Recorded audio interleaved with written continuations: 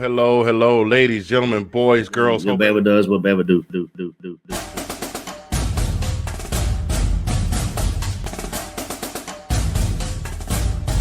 They, they were giving Alabama like Alabama was this, and Alabama didn't lose their two Does stars. not show up that day, Dude, or was it? you watch the same? systematically. It's offense more like I know this is more of a passing. Hey, who knows? It might have been, might have not been. Who knows? But then again, that's why they call it football. I mean, Oh man, that's definitely going on the blooper When you reel. do that voice, I think of Norbert. Oh my God. We have a dandelion encrusted rib.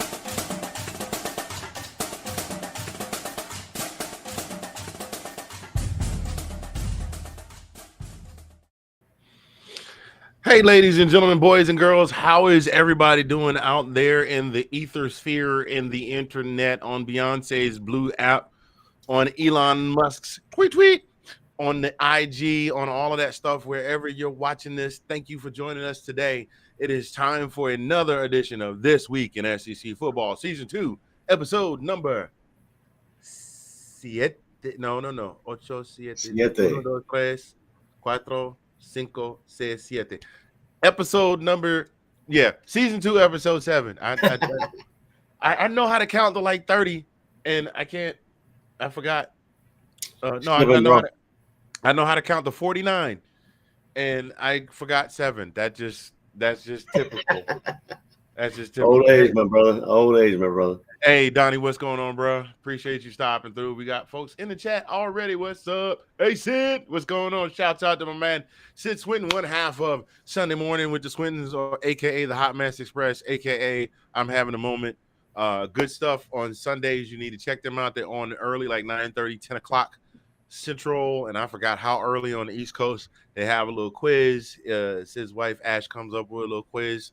I think last week they did NFC South, and I missed it because they talked all about the Falcons, and I had nothing. Yes, in Spanish, Mike. In Spanish, I can count to 50 or 49. I can count way higher than that. And I can count higher than that in English. Watch this: 1, 2, 3, 4, 5. Okay, there we go. So, hey, Janique, appreciate y'all joining us. Anyway, those of you just joining us, welcome to Season 2, Episode 7 of This Week in SEC Football. I am Mr. Fingers, coming to you from Zagnif Central Live, and that feller right over there, the brother from another, the sexy mother Hubbard, the ace of base in the place in your face. I got it right. Big bang boom, all the way through. Is the one, the only Colin P. How you doing, bro? You got it, man. What it is, showbiz? How you been, man? I've been good, but I have a hard time not cracking up every time you hit me with that. You gotta put the Snoop Dogg on it. What it is, showbiz. What it do, baby boo. What it is, showbiz. What it do, baby boo. On this weekend, SEC football, we doing what we do, and we sitting up here talking football here and there. When I'm not talking football, I just You better be careful. He might be copyrighting your behind, man. Watch out now. Watch out. That ain't even a Snoop Dogg lyric. That's a Mr. Fingers original, fresh off the not too well shaved dome. I'm showing the grades that they're looking at. Got a little salt right there, some flour. I'm gonna wipe that off later. It's not coming off. Anyway, hope you guys are doing well. Appreciate you joining us for this week's edition of This Week in SEC Football. I had to shut it off, y'all, because y'all know I do get real silly real quick. First things first, we want to jump right into it. Before we get into what we talk about, you guys know we've been raising funds all month. May is CDH Awareness Month. That stands for Congenital Diaphragmatic Hernia. It is a condition that children can be diagnosed with generally at about week 20 on the sonogram. If you're getting a sonogram or whatever, however, sonogram, we just call it sonogram. I can't talk today. First, I can't count the 7 in Spanish. Now I can't remember sonogram. It's gonna be a long show, y'all. Bear with me. But for those of you that don't know, it's a condition, and Colin, correct me if I'm wrong, where you get a hernia in the diaphragm, and your lower vital organs tend to push up into your chest cavity. Exactly. Like we all have a diaphragm that cuts us in half, right? And it's the left side, hole in the left side, hole in the right side, or doesn't completely form, and all your organs in your abdomen tend to move up, and they put pressure on other vital organs, your heart, lungs, that kind of stuff. Go ahead, sir. Yes, and what Colin said, and what winds up happening is these children have to have tons of operations and surgeries, and their parents have to come out of pocket for hospital expenses and hotel stays, and it's they're raising money to raise awareness. They're raising money for research. They're raising money to help defray. There's your $75 SAT word for the day. The expenses of the parents, a la the Ronald McDonald House, a la what St. Jude Children's Hospital is. They're trying to work their way toward that goal. So we thank each and every one of you that have donated. We're not tracking because we've just pretty much been giving out the main website. So please, if you have it in your heart, 50 cents, $1, $2, $10, whatever you got, they will greatly appreciate it. Visit that website today and drop off a donation to help with that research. So thank you guys that have reached out and showed your support with that this month. We really appreciate it. And Colin and I are going to be putting something little, as Nick Cannon said, we're going to put a little something on the end once the month is done. So, sure. All right. You ready to get into this, man? I'm ready, man. We had a lot going on this past week, bro. Dude, a lot, but it was all based around one story. I don't know. Sure. I don't know. Rumor has it that a couple of guys that are well-known coaches just kind of got into it, and one guy who's well-respected said some stuff, and other people felt disrespected. Isn't it the funniest thing when somebody says something and they're not even talking about you, but they just say something, and then other people just feel disrespected because they think you talking about them? Yeah, absolutely. The old folks, me, Colin, and I are both from Georgia. The folks in our older generation had a saying: "A hit dog will holler." So, for sure. So, we think maybe that there may have been some smoke, and where there's smoke, there is fire. Before we go another further, ladies and gentlemen, I do have to send a big shout out to our primary sponsor, GreekGans.com and DJG Enterprises. They can provide you with any custom-made fan gear for your team, professional or college. They can't put the logos because they don't have the trademarking, but they can do colored stuff in the colors, put your name on it, make funny little stuff on it for you. The tumblers are laser engraved. They can get them in different types of colors. If you want an Afghan, they do those too. So go by and holler at our folks at www.greekgans.com. Let me hide that so you can see the website there. That's www.greekgans.com. Thank you so much for being a sponsor of this week in SEC football. All right, we're getting back into this though, man. So just for those of you that may have missed it, and I don't know how you missed it, if you're a fan of college football, old Nick Saban, the guy that is considered the GOAT of modern college football, one of the greatest coaches ever to stalk the sidelines during a game in the modern era, came out and had a lot to say about the NIL, the name, image, and likeness deal. And the name, image, and likeness deal, just to let you know, there's this much kerfuffle. I like using that word. That's your $275 SAT word for the day there, kerfuffle. So I've given you I forgot what the other one was I gave you. Of course, I couldn't count the 49 in Spanish either, and I'm running really good right now. Go Dogs! And we're getting a big shot of college chess right now. Appreciate it. Sorry, my bad. Hold on one second. I'm sorry. Hold on. I gotta fix the camera right. My laptop was about to die, and I don't want to do that again. There we go. I'm sorry. Way to be prepared for the show, bro. I mean, we were talking for like 30 minutes before the show, and I mean, I am what I am. I'm sorry. I'm giving you a hard time about being prepared for the show, and I'm smelling this Jimmy John sitting in the corner over here. I want to take a huge bite of it. Like I got the monster, I got the giant, and it's like it's messy.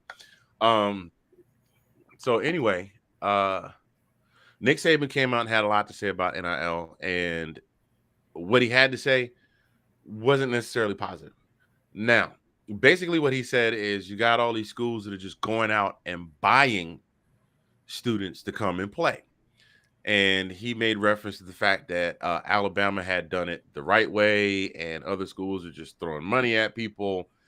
Those of you that are popping in, we appreciate you. Please make sure to give us a like, share, and subscribe if you're sticking around.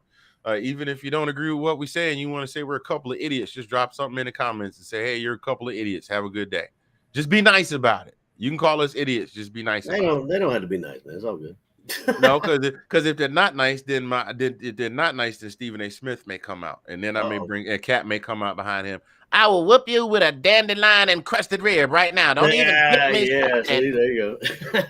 Don't get me started right now, boo-boo, because I got a sandwich over here and I'm It's hungry. been a minute. A brother ain't ate since Obama wore the tan suit, and you know that's been a long time. Easter 2000, whenever it was. Anyway, I'm back. So he had a lot to say about that, and a couple of coaches clapped back, like prime time.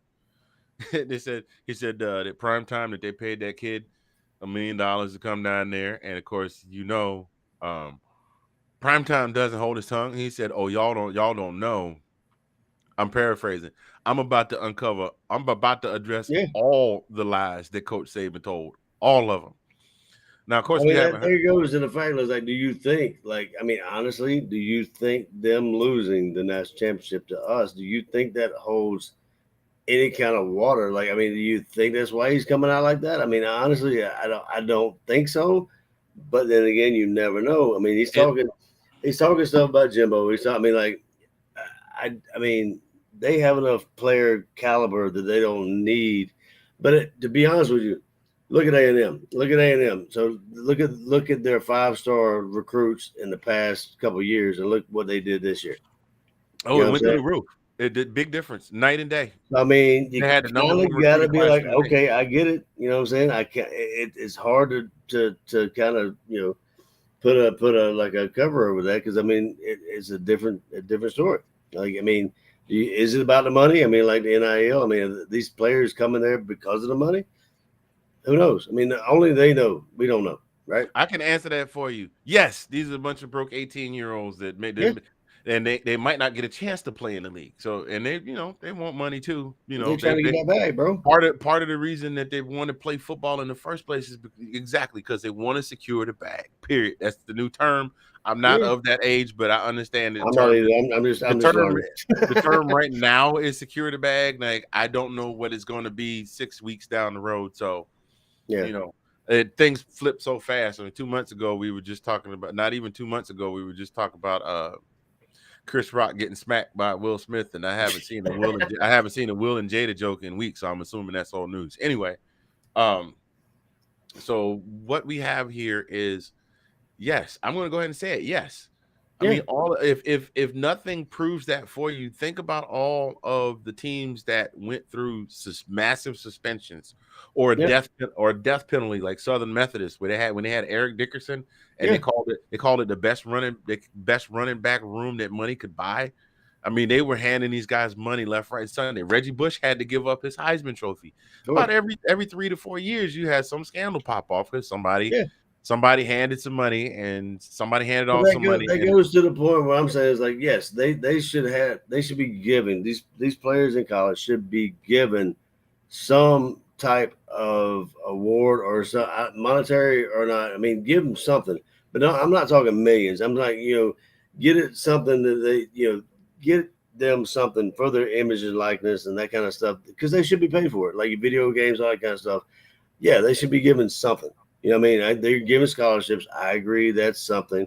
But I mean, they should give it monetary, but they shouldn't be given, millions upon millions of dollars. Then you run into the story, you run into the problem. These youngins giving all this cash, they're gonna go crazy. You know what I'm saying? I mean, and who was it that said? It was Deion. Deion Sanders said that they need to hire people on their staff to kind of corral these kids. Getting this NIL money to kind of corral them, to make them kind of not make those bad decisions when what comes along with that type of money. Yeah, well, just for frame of reference, let me break it down for you, bro. I got some stats pulled up here right now. Sure. Their ticket revenue for 2021 dropped to $32.3 million. Whose ticket revenue? University of Alabama. Just using them as an example. It dropped to $32.3 million. Okay. That means that's revenue they brought in last season, $32.3 million. Okay. Mm-hmm. And they were the biggest revenue gainer in 2021. Sure. It drops $32.3 million. I'm sorry. Oh, that was during the 2020 season. My bad. It dropped down to 6 Wow. Yeah. So in the 2019 season, ticket revenue was $36.89 million. because the stadium was limited to 20% capacity. Right. Okay. But think about that. Wow, If the that's a lot of money, though. stadiums were wide open this past year, so I'm pretty sure Yeah. they went above and beyond that. Yeah. They were operating at a $9.6 million surplus. And then you think about how much money Nick Saban makes, how much money the coaching staff Yeah. make, how much revenue they make off the Merchandise. gear, the merchandise. Thank you. How much money they make at the overinflated beers. I mean, they sell you Yeah. 40 cents worth of beer with half a cap full of foam in it for $14. Yep. You know, you go across the street to the 7-Eleven and get a Four Loko for like $3.85. Not that I ever drank Four Loko before. Oh, you really? Come on now. But I digress. But you know what I'm saying? So he's I'm gonna jump on a comment here that we got from our homeboy Ash AJ Johnson that basically says Saban didn't say anything wrong. I don't know. I don't know I don't why. think he did either. I don't know why the Facebook profile is not showing up. All except the Facebook profile. I don't know why it's not letting me show the Facebook profile. But there's no alcohol sold at Bryant-Denny Stadium. I've never been, so I wouldn't know. But he said that Nick Saban isn't wrong, although paying players to come to your school may not technically be against the new rules. Is not what it was intended for. But that's what it has turned into, because the NCAA just basically said, hey, we're going to leave it to the schools. We're not even going to touch it. But bro, it's been known. Like, it actually, I mean, all this was said before all this NIL stuff started. You know, you are just opening a can. You know what I'm saying? Yeah. These kids are coming, you know, to college and straight out of high school, and they're making millions of dollars. You know what I'm saying? It's just it's not. I mean, I don't even understand it, to be honest with you. I mean, like I said, they should get paid. They should be getting something. Now, I'm not on the board. I can't make these kind of decisions. They should get something for their image and likeness. Yes, absolutely. But millions and millions of dollars, that just fast tracks them to the NFL. You know what I'm saying? But these kids are so young, they need to get older and kind of get a little bit more, you know, a little bit. They need to grow up before they get their millions of dollars. You know what I mean? Yeah, well, let me ask you this question then. You mentioned about fast tracking to the NFL. Do you think that at some point, eventually, the Power 5 schools are just going to branch off and be kind of like the equivalent of the NBA, like in Major League Baseball minor leagues, where these kids will just all be paid and they'll be essentially pro football players that will be hoping for a chance to get called up and they'll all get paid? I mean, while they're playing at school. I mean, that's what it's turning into, right? I mean, like, honestly, these kids are going. I mean, they don't. That goes back to like a couple episodes before. You know, we talked about this, like college kids. Then the transfer portal. You know, it goes back to the transfer. There's no loyalty. You know, when you have a scholarship to a college and you agree to play college football for this specific school. If you don't like the situation, you can. I mean, that's transfer portal. You can go. That's also a wild west situation. We'll have to talk about on another show. But sure. Yeah, definitely. But I mean, I think it goes to. I think it relates to the NIL though. Like, yeah, honestly, but think about it like this: the year before, I think it was a couple years before, they pretty much did away. I think Justin Fields' transfer was the big thing that said, well, you didn't have to sit out a year anymore. So that was just a few years ago. That they said, hey, you don't have to sit out anymore. And then 2 years later, they turn around and they say, hey, let's let these kids make money, and gave them no guidelines whatsoever. So to an extent, I agree with Nick. I agree with what Nick Saban is saying, because it's been happening all along. But you know, now it's out in the open. You know, now it's wide out in the open, and nobody's trying to hide it. You've got booster clubs getting together and local business owners that are just throwing money left, right, and Sunday at these players, and there's no motivation for a kid to step his game up and get better. You're exactly right. Oh, I'm not getting any playing time. I'm not getting any playing time here, so I'm just going to hit the transfer portal, and USC is offering me X number of dollars to come out and play there. So there's no motivation for him, the player, to get better, to get that position. You know what I'm saying? It's just it's like, hey, I don't like the situation. I'm just gonna go. You know. Hey, yeah. Hey, guys, don't. And for those of you that are on the Facebook feed, it's not giving me the opportunity to show your comments. So don't feel left out. It's just not letting me show your comments. We'll figure that out on the next show. Sean says players follow the lead of the coaches. He's absolutely right. And there is no loyalty because the coaches have no loyalty. If you don't believe me, Exactly. look at what happened. Look at what happened with the artist formerly known as Lincoln Riley. Right. A lie he didn't tell. The artist formerly known as Lincoln Riley, Brian Kelly. At one point, Harbaugh was thinking about leaving Michigan, and it was public. He didn't even try to hide it. You understand what I'm saying? Yeah. I You know, agree there with was this huge coaching carousel. Now, Dan Lanning, Dan Lanning leaving to go to Oregon, that's a different ball game. It's totally like, different ball game. opportunity for me to get a head coaching slot. I'm going to take that. You know, those kinds of things. But the Brian Kelly thing kind of hit me from, you know, I mean, like sideways. It's just I didn't see him going, but at the same point, you know, it's crazy about how college football is. I mean, you can kind of agree to this. It's turning into NFL. Absolutely. These young kids, and I don't think it's going to be a good thing, to be honest with you. Having all this money thrown at these young kids. I mean, it used to be these kids are trying to make it to the next level. Now they're making it. They've already made it to the next level. I mean, out of high school, you get paid these millions of dollars. I mean, what are you gonna do? To be honest with you, I mean, I mean, I'm just obviously speaking as, you know, in my opinion, but I mean, like, what are these kids are gonna do on the football field? You know what I'm saying? When they're getting all this money, do they play their heart out? I mean, will they play for the team? I mean, where's their mind at? You know what I'm saying? I think the biggest concern for me is the generation that is most affected by the I want what it is, I want it right now, are now coming into the league. There's first, you know, you got a first couple of classes of them in the league, and now a lot of them are in college. They want their playing time, they want it now.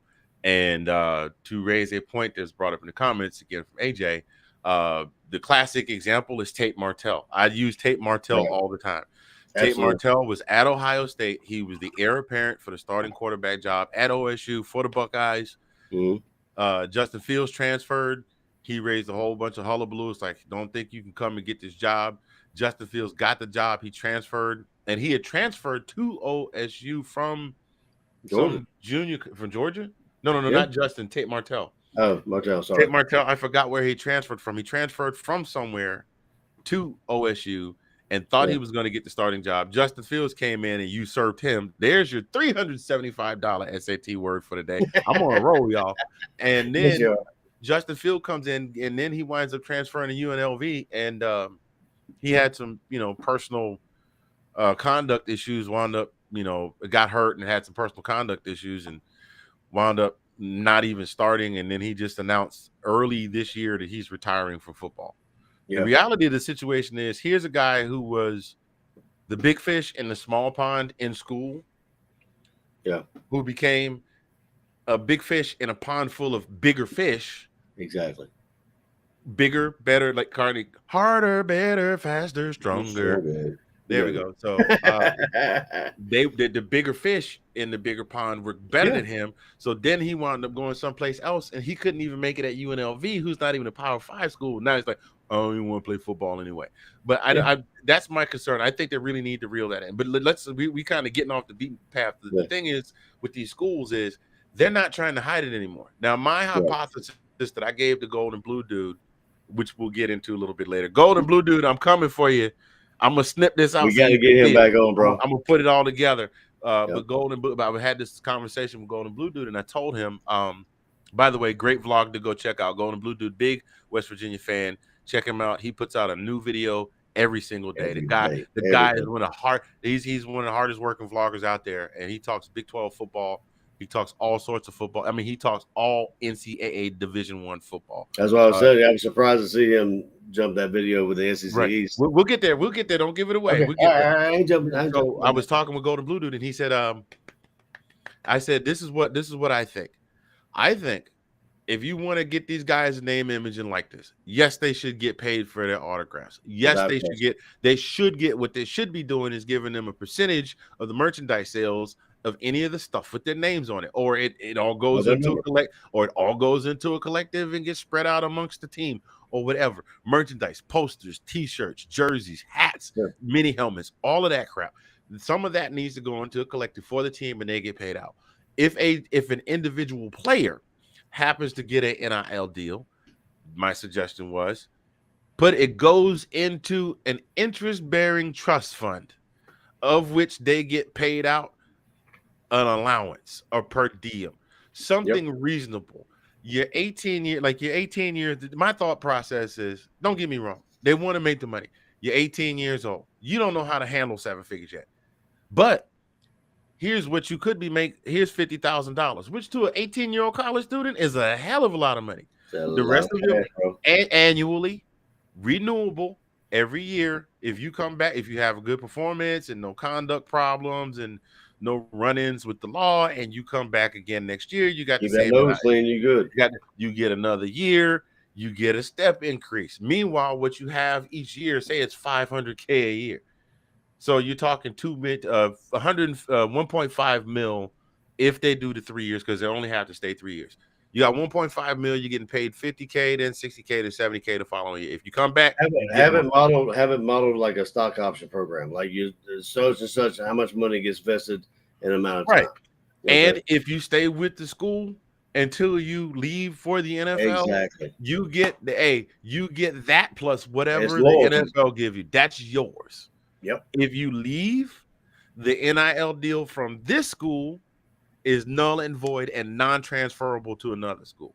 Agreed. Plain and simple. Like that's common sense, bro. You understand what I'm saying? DJ Ugalele got $1 million last year. And he struggled. In my opinion, it makes these kids, like, honestly, it makes them not even, I don't know. But in my mind, I think it makes them not want to get to the NFL because they're already getting paid. Honestly, they're getting paid in college. Yep. Absolutely. You know it absolutely does. Well, hey, for those of you that are joining in, or if you're just popping by to say hi, thank you for dropping by. If you pop in, leave us a comment, just say hey or something. Even if you want to be the smart butt that says hey or something in the comments, literally what I said, we'll take that. But let us know that you're here. We want to shout out our another one of our sponsors, which is 1906 Tees. They also do custom gear. They specialize in Greek paraphernalia. So if any of you are members of Greek letter organizations, and no, they don't have to be part of the Divine Nine, the original 9 historically African American fraternities and sororities. If you're in a Greek organization, they got you. If you got a favorite sports team, they got you. Again, no symbols or trademarks, but they can make you some nice custom gear. Go holler at them today at http://squareup.1906tees.com. That's where you can see them. Thank you for being a sponsor of This Week in SEC Football. Hey, did you know that I'm actually in the fraternity? I'm a Pi Kappa Alpha. I'm a Pike. Yeah, you told me about that. Did I tell you that? Yeah, okay. We know about that. I told you that. Yeah, and I was mentioning the Divine 9 fraternities and organizations. I am a member of the first historically African American Greek letter organization, intercollegiate Greek letter organization, not an honor society, a social fraternity, nice. Alpha Phi Alpha. So we have that in common there. Hey, what's going on? I see you, Miss Christy Murphy Leonard. How are you doing? Congratulations to your son on his wedding this past weekend. The photos were absolutely gorgeous. And I'll message you the rest. I'll message you the rest later. But good to see you, dear. She's a big LSU Tigers fan. Awesome. She's a wonderful person. We can't all be perfect. CC, baby. She's a wonderful person. We can't all be perfect, but at least she's in the same conference. I've known her for a very long time, and I've watched her, her family grow up and everything. So it's good to see you on the podcast in the comments. Hey, you know what though, Christy? I will give you this much. I know you miss your coach. Go Tigers. There you go. I gave you that much. Go Tigers. Shout out to my battle buddy there, Matt Havlovic. We got in a mini night of trouble in San Antonio, and that's all the information I can give you that's not classified. Okay. So tell you, but I had to kill you, right? Yeah. Nah, I won't kill you, but hey, wait a minute. Come on now. Don't do that. We're on Facebook. We'll get kicked off Facebook. Don't do that. So we were No. talking NIL, Jimbo versus Saban. Now Jimbo Fisher fired back and he said, "Hey, go back and ask their coaches, and you could any one of them will tell you what they did." Yes, they did. But Saban's thing is the way that he did it is the way that he's always done it, and Well, now let's look at that it where you and I were talking. Honestly, you got Jimbo, and you got he actually threw Jimbo under the bus, kind of, sort of, not really, and then you got Dion. He did. He mentioned the $1 million player, blah blah blah. But then you look at Kirby, right? So we had talked about that before we actually got on camera here. Why we don't have that situation at Georgia, because why?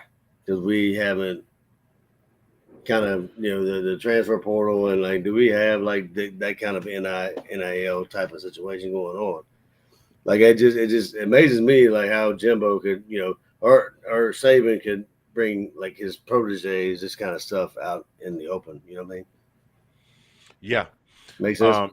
It's out in the open now, but it's not running rampant at Alabama like it is at some other schools, because now you have students that are sitting out and things like that. That are sitting out. It's at several schools in different sports. They like sitting out if they don't get a better NIL deal, and their skills might not necessarily. Again, big fish, small pond, moving into another pond with a whole bunch of other big fish, and not being able to keep up.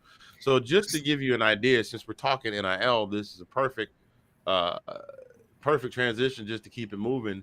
Let's look at what some of these kids are getting. We're just going to talk about the top end, okay? Let's see who we got here. Where is it? I got it right there. There we go. So the big talk right now is about Arch Manning. We're going to get into him in a minute.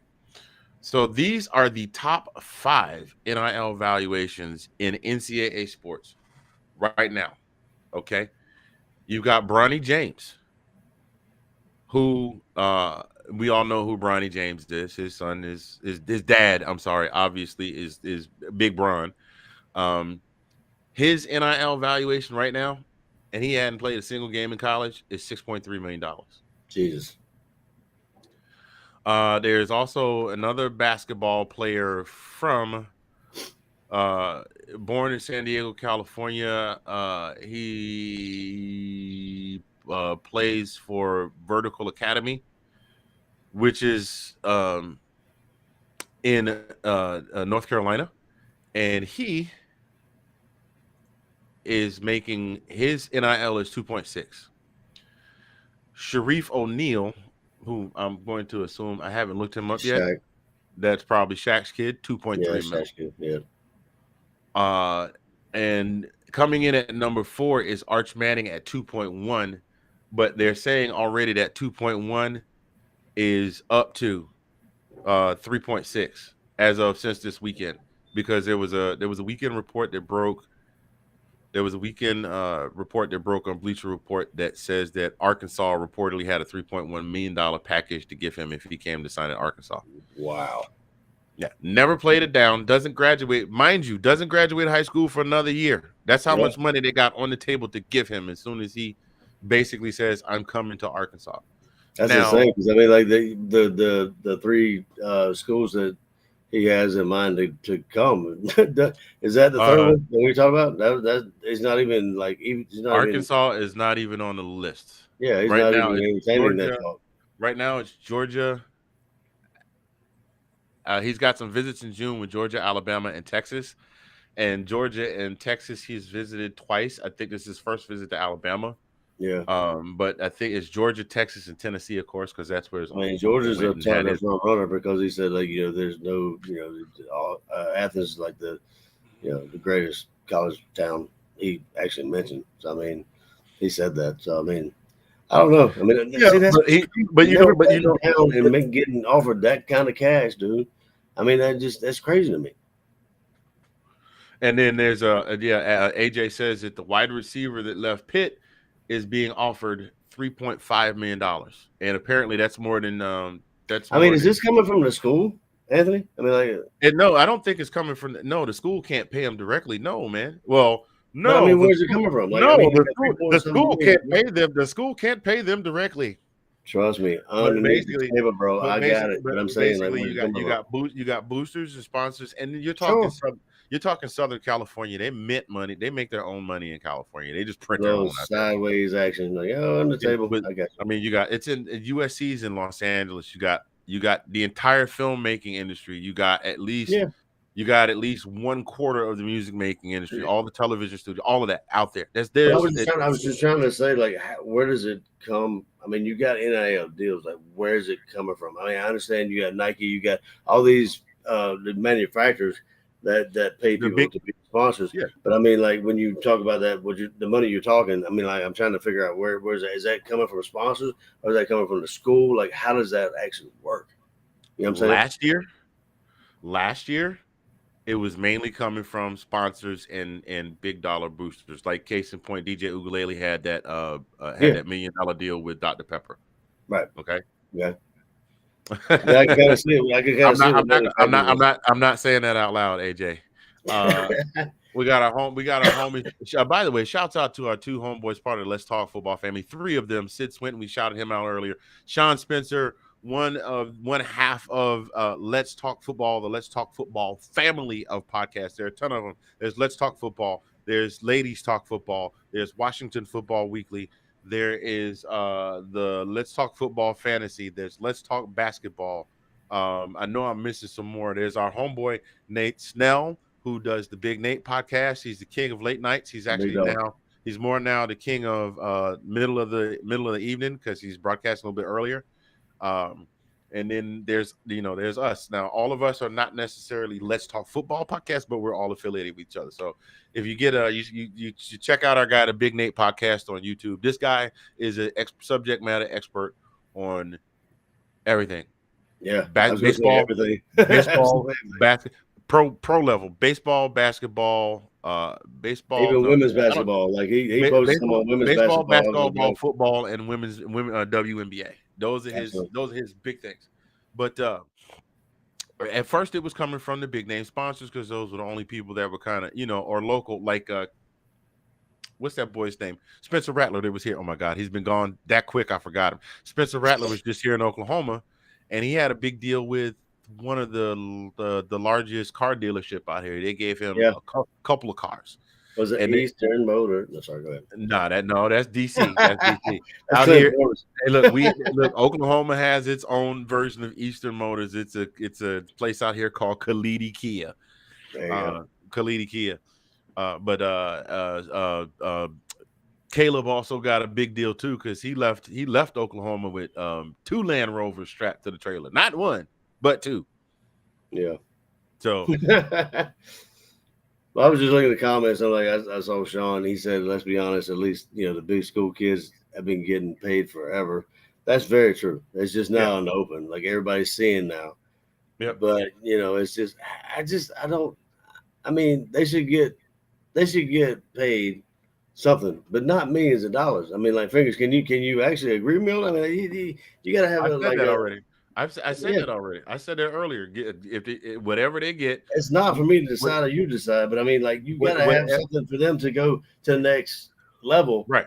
My suggestion for those of you just tuning in was put it in an interest-bearing trust. Yeah. They get X number of dollars a year, no more than 5 figures, no more than 5 figures per year.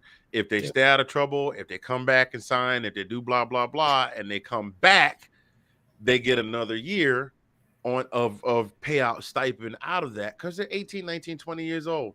I get it. NBA players and Major League Baseball players and hockey players can go right out of high. Most of them can go 1 year after high school and they get the money anyway.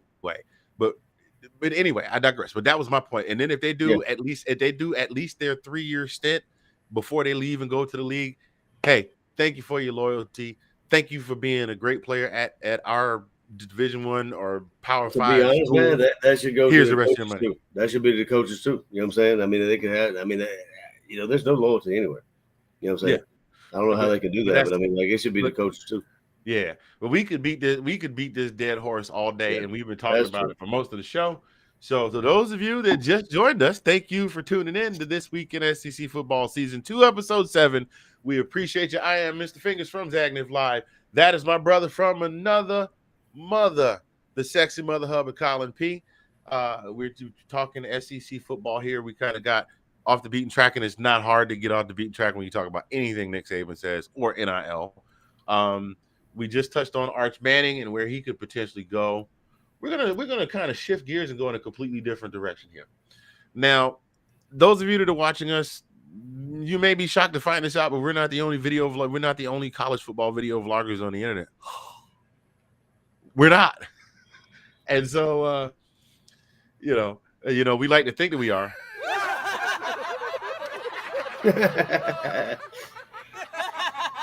Okay, that's enough of that. Stop laughing.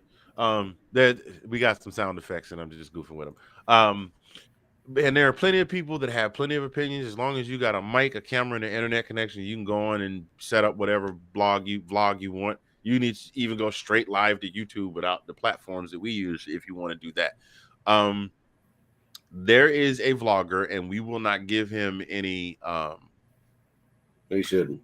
We won't give him any. We won't give him any publicity by putting out the name of his vlog. But he came out and he said that the University of Georgia is literally falling apart. Now, those of you that have seen it, that's fine. We got some comments coming in front of YouTube. I missed them. What about the small schools, those that can't give athletes? Yes, Nate, you make a very valid point. The small schools can't get that kind of money. They can't get those big athletes because they don't have that money. You're absolutely right about that too, Nate.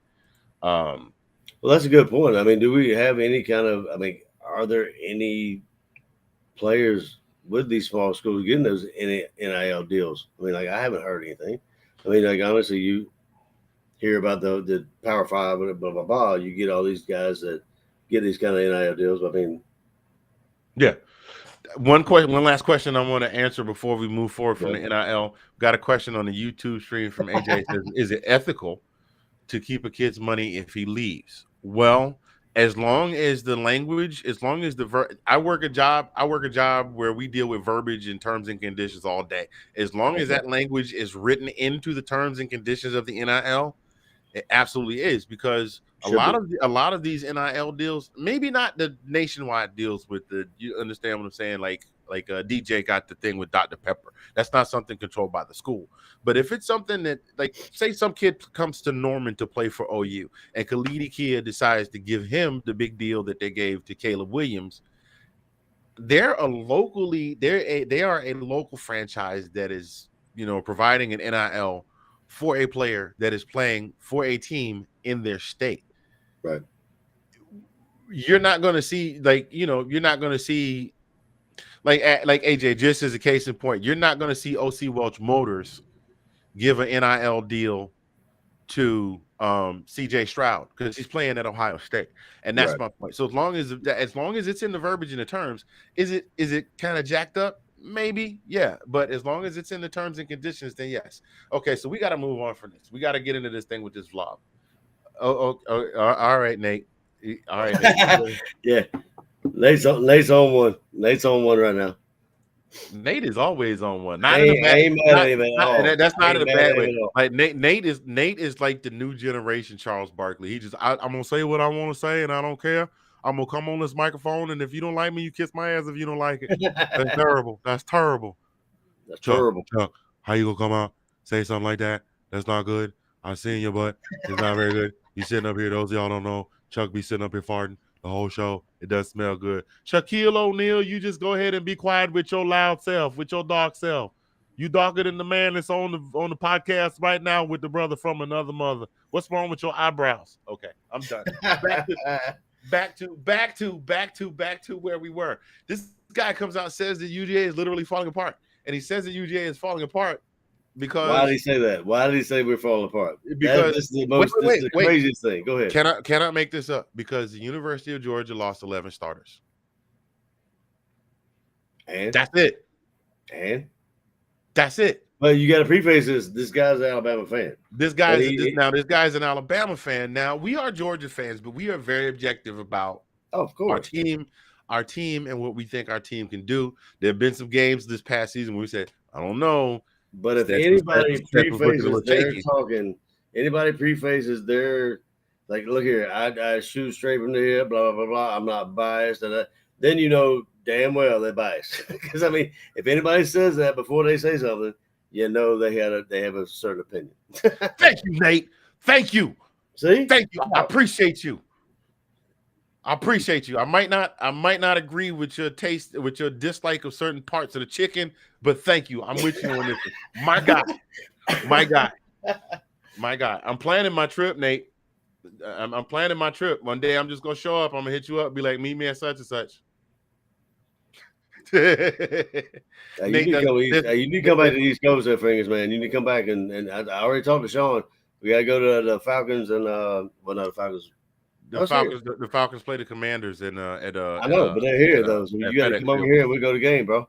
So let's talk about this. He prefaces by saying, well, I'm an Alabama fan, but after that, I stopped listening because everything he says.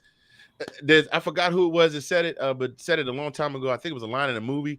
Everything you say after the "but" is BS. So he just immediately proceeds to come out of his mouth and say Georgia's falling apart. They lost 11 starters. He made no mention of all the players that the team has that are coming back: the Brock Bowers, the Lad McConkeys, the Adonai Mitchell. Stetson, the stud. What's the boy's name? That Big Swole. And then we got, Robinson, that kid is coming in the running back. Big boy looks like Holyfield, but he's no, he looked like he run Holyfield over. No, he got stung by 1,000 bees. Goodness gracious. He definitely. Imagine. Oh, okay. Imagine a smaller, a shorter, but just as proportionate black muscular version of The Rock. Yeah. Like this was coming out of high school though. You see the pictures of him coming out of high school.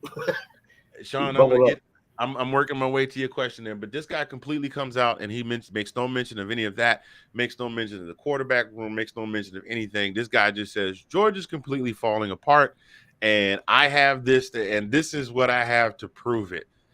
This, ladies and gentlemen, is what we call sensationalism for clicks. Yeah. And this guy's got like 6,000 or 7,000 subscribers. That was crazy. Yeah.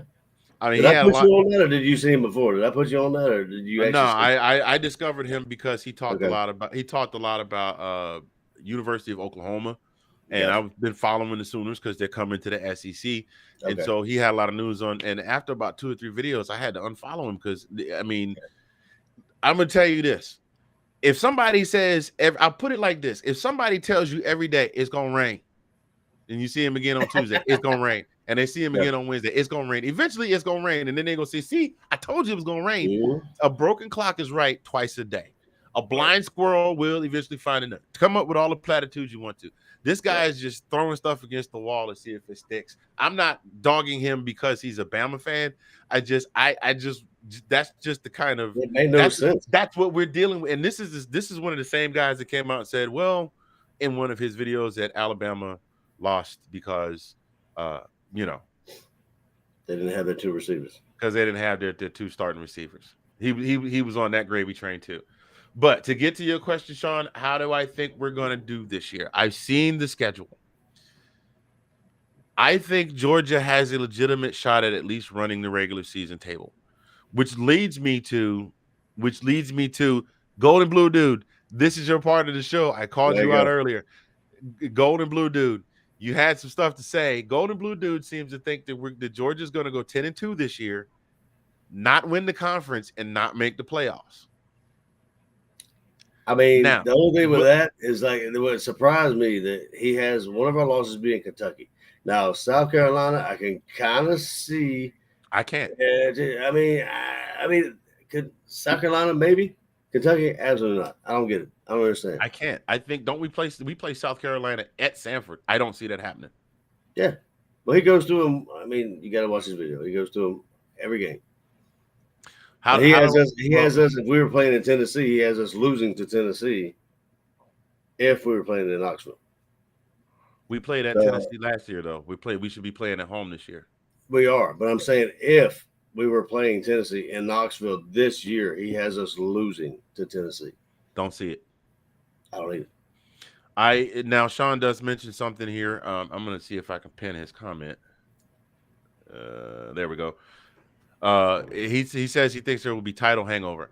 Um, Could be. that does tend to happen, but I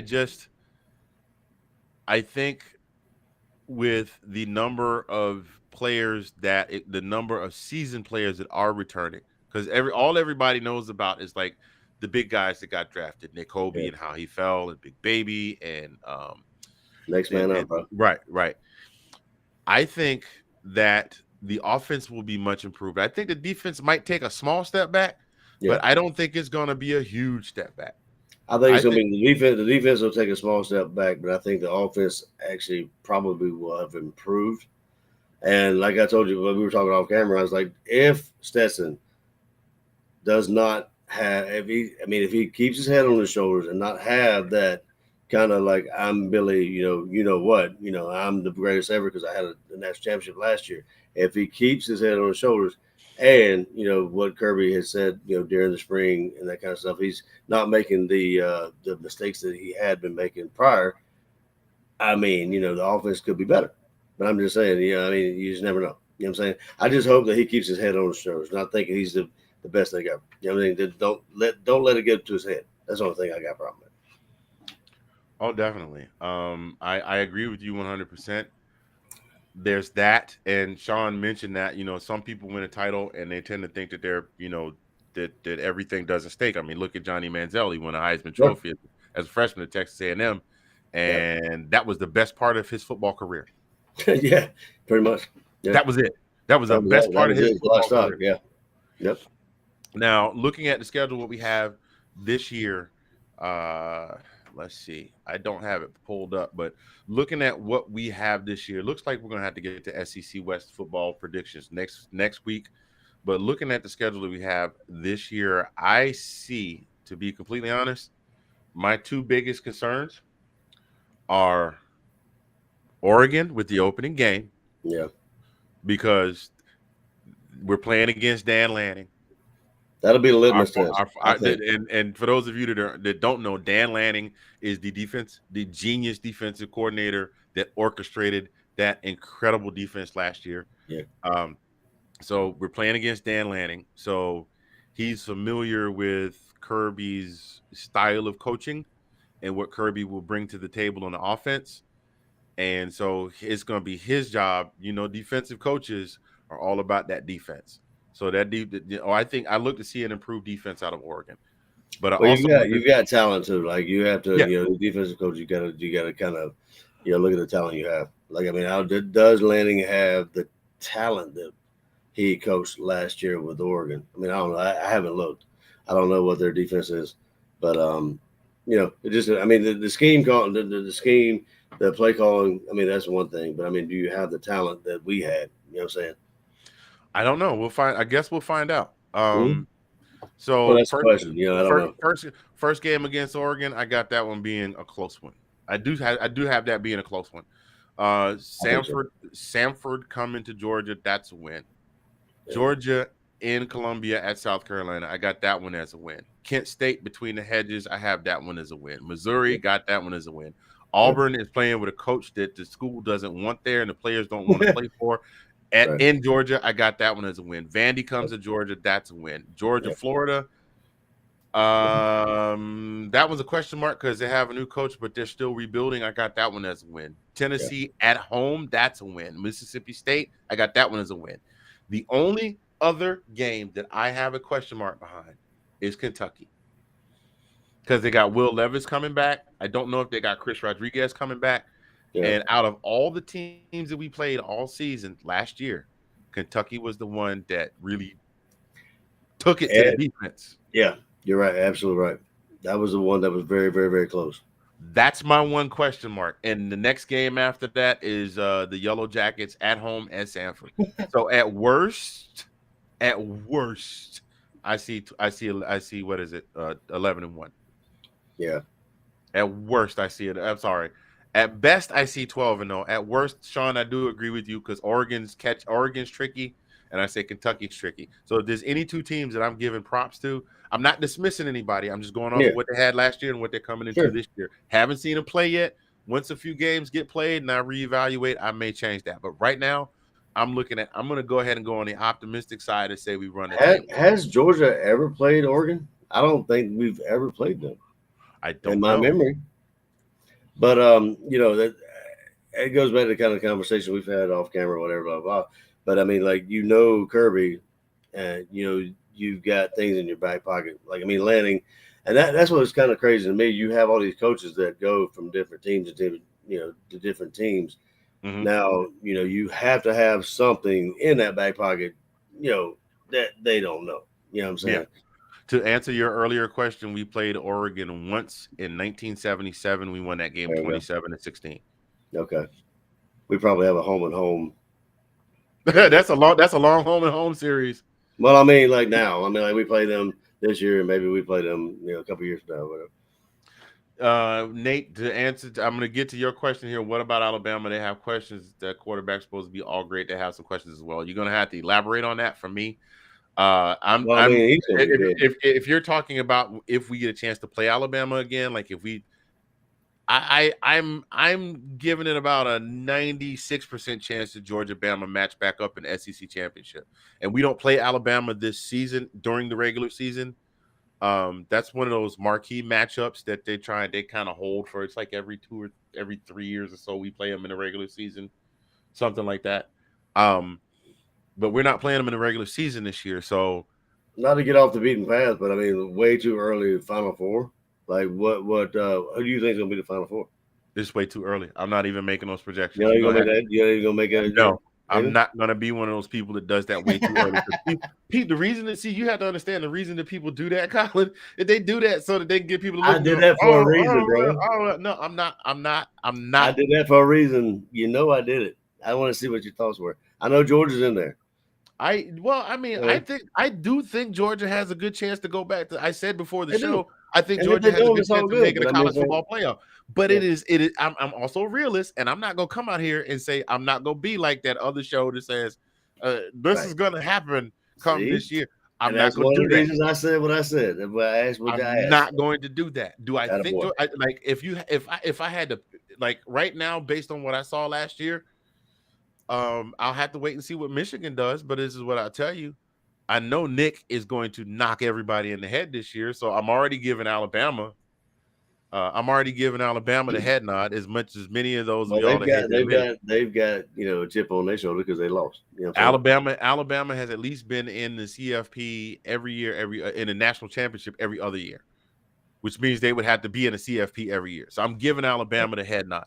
I think that Georgia can make the CFP. I think Ohio State, C.J. Stroud is coming back with something to prove. After that, outside of those three, I was waiting on you to say Ohio State. I was just wondering if you were going to say Ohio State. So, that is the top three. But you've also got other schools to think about. You have Michigan State, who was a beast last year. They're just missing a couple of key pieces. Sure. You got we don't know what's going to happen at Michigan this year, whether they're going to come back with that same fervor or they're going to kind of, sure. if they're going to mail it in because they know their coach tried to leave. Right. You got Clemson. You have the perennial favorites. We don't know what Oklahoma's going to do this year. You don't know what USC's going to do this year. With Alabama, you got Nathan's question about Bryce Young. I mean, I'm assuming that's what he's talking about. They have questions at quarterback. Supposed to be all that. I mean, he got him there. You talk about title. You talking about title hangover. Is the title loss hangover going to be a question? You know what I'm saying? Like he has something to prove. Like you see him, gunning it out. You know what I mean? Nick Saban is real good about it. I don't know what the hangover cure is that he's got in Tuscaloosa, but by golly, he's got it because they won the championship in 2018. Yeah. And then I think Clemson won the following year. And then they won in 2020. Of course. No, I'm sorry. They won the 2018 national championship. And then it was, I want to say 2019. No, 2019 was Joe. Yeah, 2019 was Joe Burrow with LSU. LSU, yeah. 2020, they were right back in it. Right. The 2021 national championship. Oh, hey, wait a minute. Okay, you know what? I'm wrong. In 2018 we lost to Bama. In 2019, we lost the SEC championship to Bama in 18. and no, we it was the SEC championship because Tua was in there and they probably didn't hurt. No, we beat Auburn. We beat Auburn and we okay, hold on, let me back up. We won. We did not win the SEC championship. Oh, we lost to Auburn. Alabama had 2 losses, but Alabama still got in the playoffs because Alabama played. Did we play Auburn and they played Oklahoma? We played Oklahoma and they beat Auburn. Don't ask me how that happened. Something happened. Anyway, 2018. Wait, hold on. 2018, Alabama wins the national championship. 2019, Clemson wins the national championship. 2020, Alabama wins. Nope, I'm sorry. LSU wins the national championship. Yeah. The next year, 2021, not the season 2021, that bowl game in 2021, Alabama won. So Alabama, every 2 to 3 years, they're in the national championship. Nick has got the formula. He's got the hangover formula. I feel you. Look at Nate right there. Nate was like, "What about Maryland, Cincinnati, Michigan, USC?" I mean, I already called out Michigan. I had to wait and see about Michigan. I also said I had to wait and see what happens with USC. Lincoln Riley is a great. Cincinnati's come off a good year. Cincinnati has come off a great year. I don't know if they can maintain that this year. I don't know. Well, let's see what they do with the replacement quarterback that they have. That's my only thing. But sometimes you can plug and play like Joe Montana to Steve Young, like Brett Favre to Aaron Rodgers. I got it right this week. A couple weeks ago, I was stumbling all over it. Sometimes you can plug and play, and sometimes you can't. So we'll see. We'll see what comes out of those. Yeah. Maryland, Nate. To be completely honest, I don't know what Maryland's got in the pocket. I mean, they got to tell us on that because I don't really watch Maryland that often. Nate, what you guys got, man? I mean.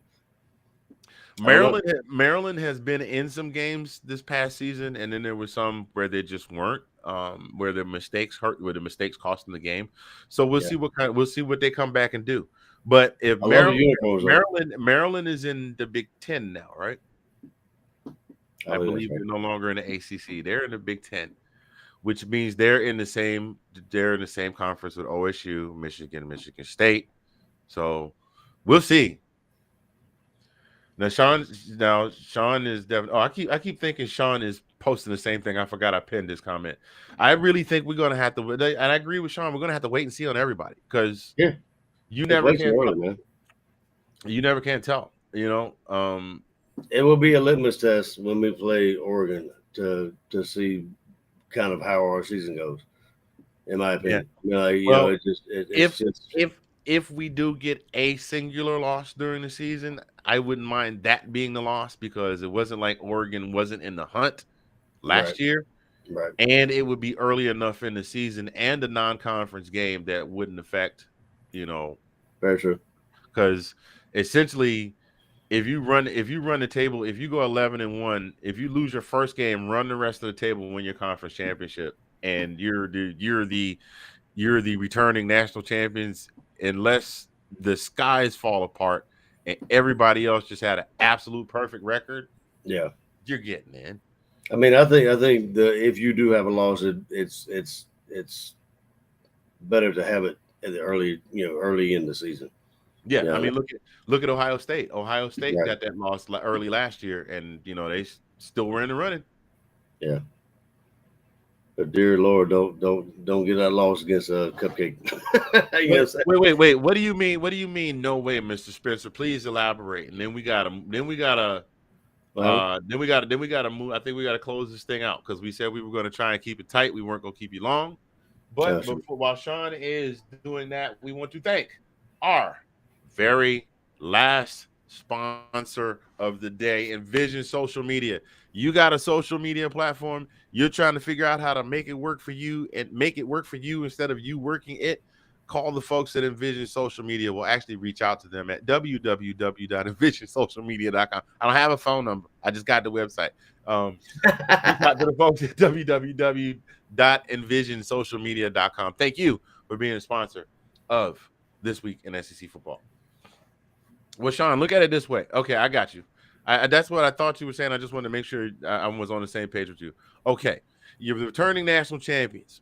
You have an early season loss to a team that could be a contender and probably will be a contender in the Pac-12 this year.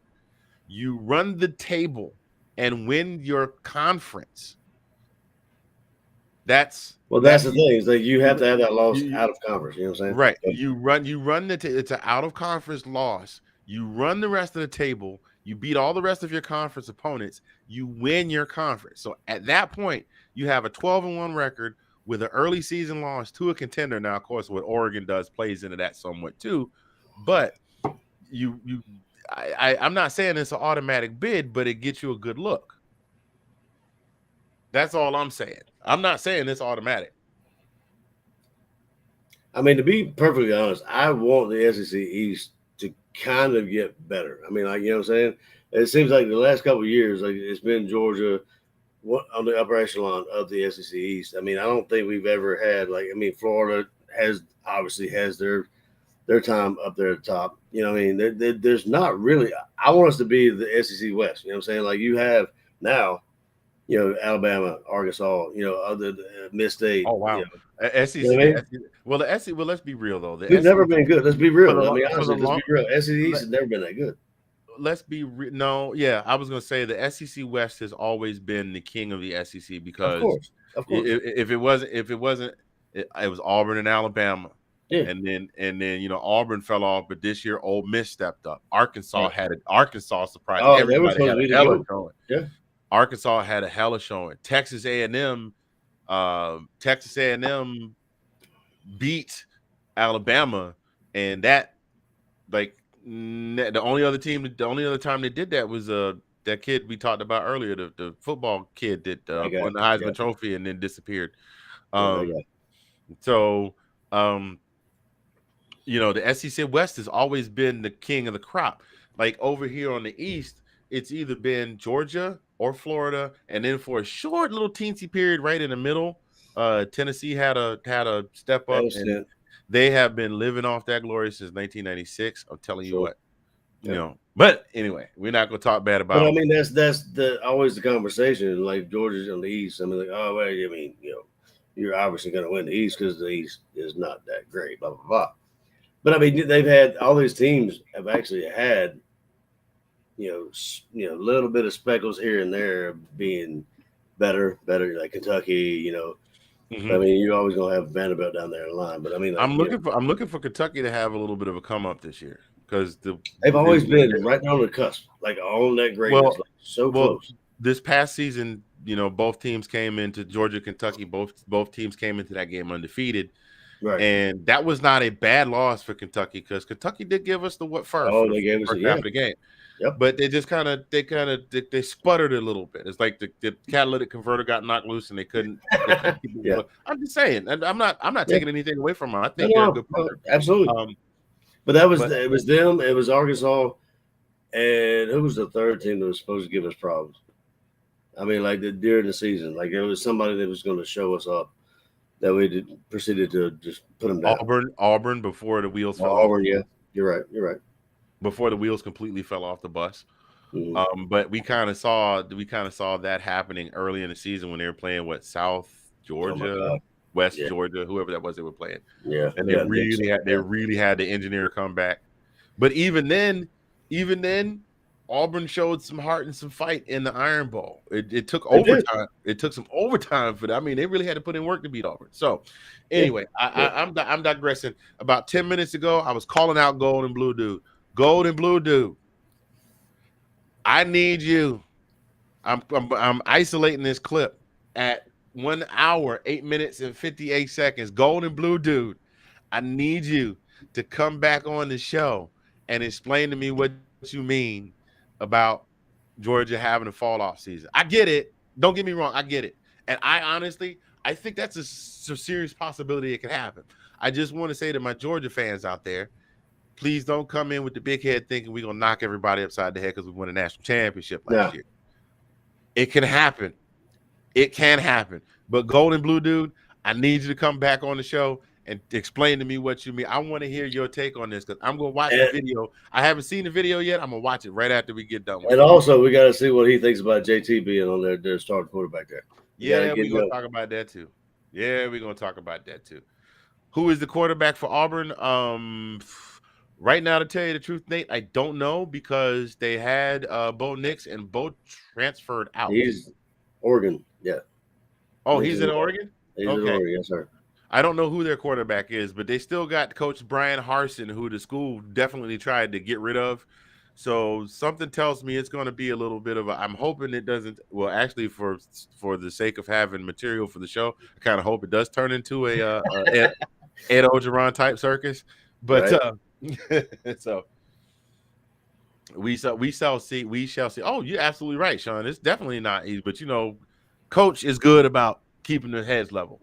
So having said that, we're gonna move on to our next segment. We're gonna move on to our final segment of the show, ladies and gentlemen, which we like to call the 2-minute warning. Boom. I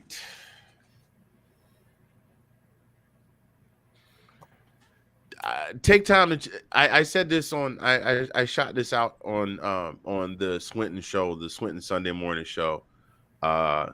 Take the time to take care of your physical as well as your mental.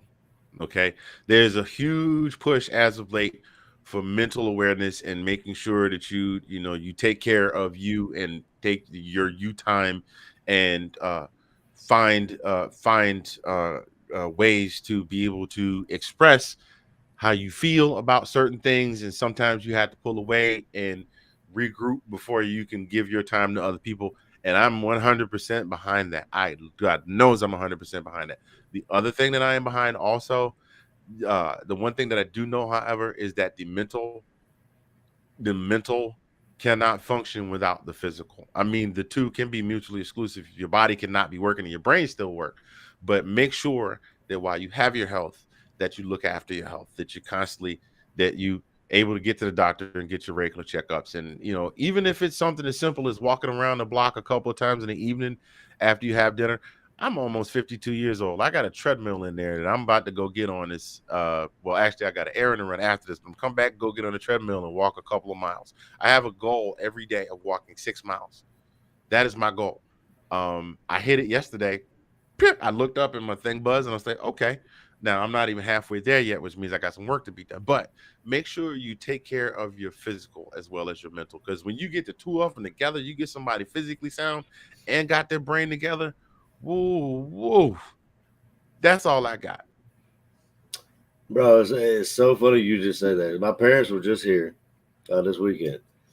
My father's so much on me just to take a walk around the block. He's pushing 70. He's like 68. My mom's like 60, 67, 66, 67. And it's just so funny that you mentioned that. Like he talked to me about the same things they do. You're home, working from home. He said, man, just go out. And every time he's here, he just walks around my block. He's telling you, Colin, I'm 45, but pushing 46. He said, dude, just walk around the block. That's all you got to do. You just walk around the block. And it's just funny that you brought that up because he's been trying to beat that in my head. Which, like you said, that kind of walk, you can be, collective with your thoughts, and then kind of you can think about certain things, whatever, blah, blah, what have you. But that's just your exercise, just walking. You don't have to run, you don't have to sprint, you don't have to do any kind of stuff. Just walk. You know what I mean? Once you get this age, you know what I mean? Yeah. But it's just funny that you mentioned that because he's been on me for a long time just to get out and walk. You know what I'm saying? And you do like your liquid bread in a can, my friend. I'm just saying. No, it's a show. I really don't. I really don't do that often. I just do it on the show. Like honestly, I don't go out that often. You'd be surprised, bro. I really don't go out that often. Like it's just I'm getting older where I don't like being around people. You know what I'm saying? People I like, you understand what I'm saying. Get off my lawn. Dude, you did the KJ, you did karaoke DJ thing, man. It's just, people I like. But I mean, when you get older, you don't want to be in that compact area. Is that bad that probably the next time we have a karaoke reunion, it'll be all of us old heads and we'll go to one of those bars where everybody's middle aged and they're like, man, I got to get home. It's 10 o'clock. Right? You better do that thing at like 4:30, maybe 5 o'clock. Yeah, we got to go to have we become the happy hour karaoke crowd? We got to go to happy for sure. For sure. Dude, you say that. I really wish we could put that together. That would be an awesome thing to do. Oh man, You know what I mean? Get Gash down here. I mean, he's in Jersey right now, right? Where's he at now? Yeah, he's in Jersey. In Jersey. Yeah, I think eventually Carlos and Kelly's or maybe like Nez. Oh, Carlos is closed. Closed. The Nez by my house closed. All right, Centerville. Sorry. Yeah, Carlos is closed and the Centerville Nez is closed. Wow. Rest in peace to two great Fairfax institutions that our parents probably would have called dens of iniquity. But there were two of the greatest karaoke venues that ever existed in the greatest people I've met in the world. I mean, like you include, I mean, like everybody. You know what I mean? So yeah, it was great crowd. Yeah, so yeah, definitely. It the thing is that you know, just to put a lid on what we were talking about in the 2-minute warning. Make sure you take care of your physical and your mental health. Because just a few minutes of exercise a day get your blood pumping, and we all know that blood flow helps all of the brain work and everything else. And yeah, so get out there and, you know, just make sure you take care of your physical. You don't have to join a gym or anything like that, but make sure you take care of yourself. Because we like take care of your mental. You know, I mean, you get take care of your physical just as much as you take care of your mental. Well, sir, I think we managed to talk through everything and not even get to a topic, so we'll save that one for next week. But ladies and gentlemen, boys and girls, we want to thank you for joining us this week for this week in the SEC football. We will be back next week. We want to thank our sponsors, Envision Social Media, 1906tees.com, Greek Gans, and DJG-Enterprises.com. Thank y'all so much for being sponsors. To those of you that have donated to the cause, it's still May. It's still May, and for the entire month of May, we're just pointing this out to everyone. We'd love for you to go by www.cdhi.org and post a donation to CDH International for congenital diaphragmatic hernia research and awareness.